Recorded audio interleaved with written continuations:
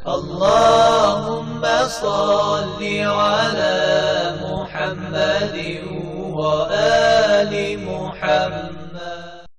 A'udhu billahi minash shaitanir rajim. Bismillahir rahmanir rahim. En el nombre de Dios, el clemente, el misericordioso, la paz de Dios sea con todos sus profetas, desde Adán hasta Muhammad, salawatullah wa salamu alayhim ajma'in.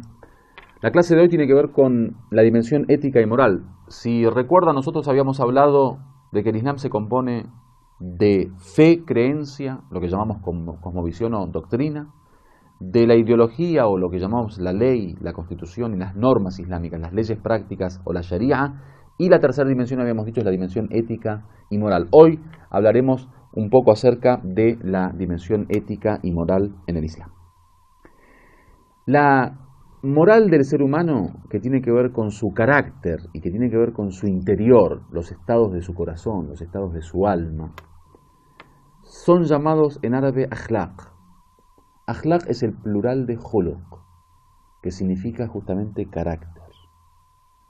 Hay dos palabras que son similares en árabe. Una palabra es khulq o khuluq, que es carácter, y otra es khalq, que tiene que ver con la creación.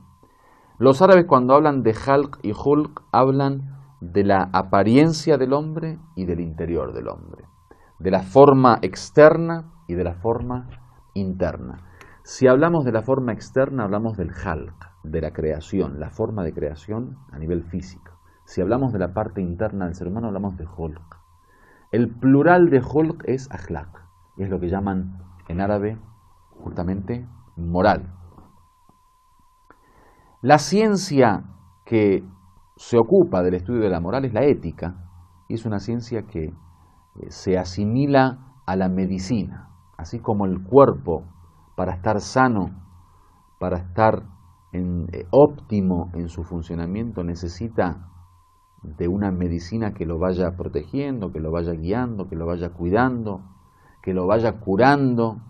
Del mismo modo, el espíritu del ser humano tiende hacia la enfermedad, tiende hacia los vicios, tiende hacia los defectos, y es el akhlaq, la ética y esta ciencia la que va moldeando ese espíritu como una medicina.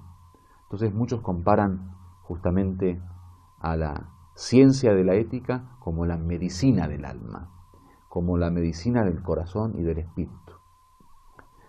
Con respecto a la ética, que es una ciencia que estudia justamente los estados del alma y estudia la forma de poder purificar ese alma, el objeto de estudio de la ética es el espíritu humano, es el ser humano en su interior.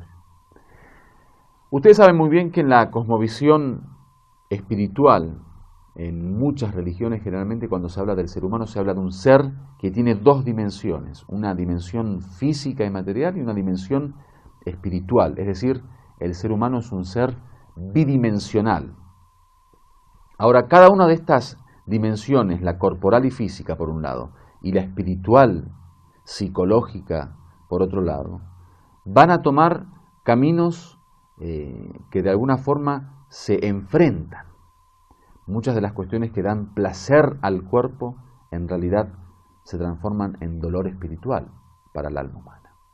Muchas de las cosas que dan placer para el alma humana se transforman en dolor para el cuerpo. Por poner un ejemplo, si uno desea dar rienda suelta a las tendencias y los deseos de su cuerpo, es muy probable que con el tiempo se transforme el ser humano en un animal y que se aleje mucho de su origen espiritual. Si uno, por ejemplo, imagina un ser humano que solo vive para dormir, que solo vive para comer, que solo vive para parearse, que solo vive para sus deseos físicos, animales, sus tendencias corporales, es muy probable que con el tiempo este hombre se vaya metamorfoseando hasta transformarse en un pleno animal.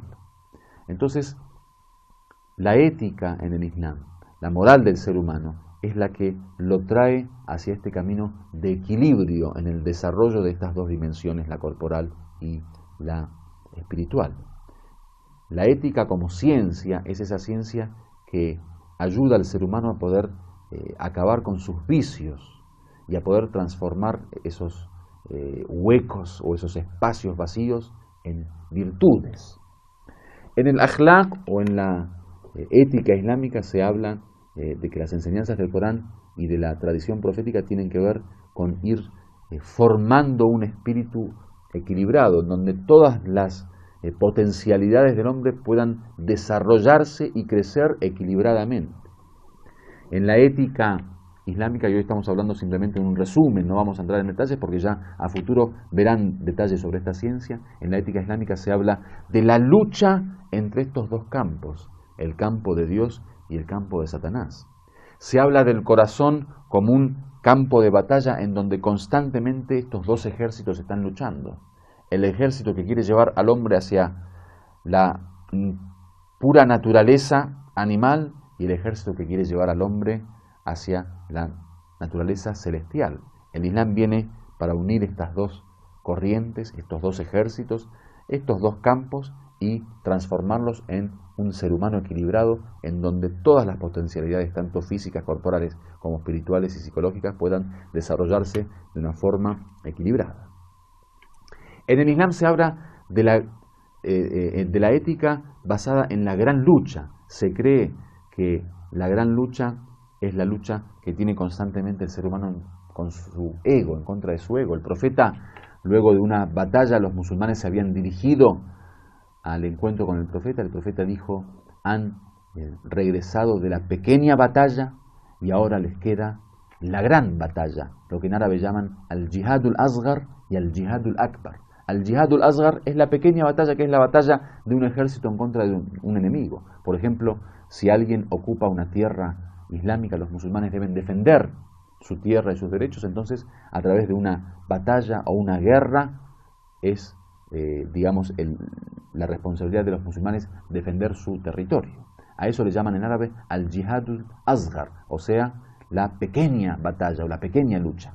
Pero hay una segunda gran lucha, que es la que dijo el profeta, ahora les queda la gran lucha, es la lucha en contra de vuestro mayor enemigo, que es el ego humano. Es esa animalidad y esa tendencia y esas debilidades que llevan al hombre hacia la decadencia moral.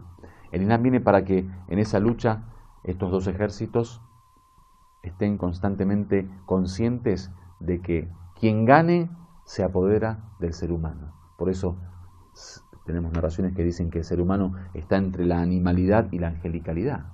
No es un animal neto en el sentido que no es solamente instinto porque tiene intelecto y raciocinio. Tampoco es un ángel en el sentido que es pura luz y espíritu, sino que es un ser que se reúnen en su propia realidad estas dos dimensiones, la animal y la angelical. Dice, si la animalidad va por encima de la angelicalidad, entonces el hombre se transforma en un ser peor que los animales. Mientras que si la angelicalidad va por encima de la animalidad, el ser humano se transforma en un ser superior a los ángeles.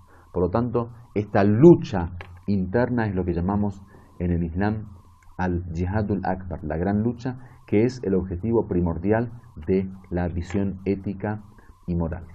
Hasta acá dimos una pequeña introducción acerca de lo que llamamos en árabe al-akhlaq o la dimensión ética y moral. Seguramente en algunas otras clases o lecciones podremos ahondar sobre este tema, profundizar más y dar más detalles sobre esta cuestión tan importante y fundamental. Termino con un hadiz del profeta que dice innama bu'ithtu li utammima makarim al-akhlaq, que significa ciertamente he sido enviado para perfeccionar las virtudes del carácter humano. Es decir, que el objetivo primordial por el cual Dios envió a sus profetas es para que el hombre logre la perfección ética y moral, esa purificación del alma que lo llevará a un estado de perfección humana. Que Dios los bendiga y muchísimas gracias.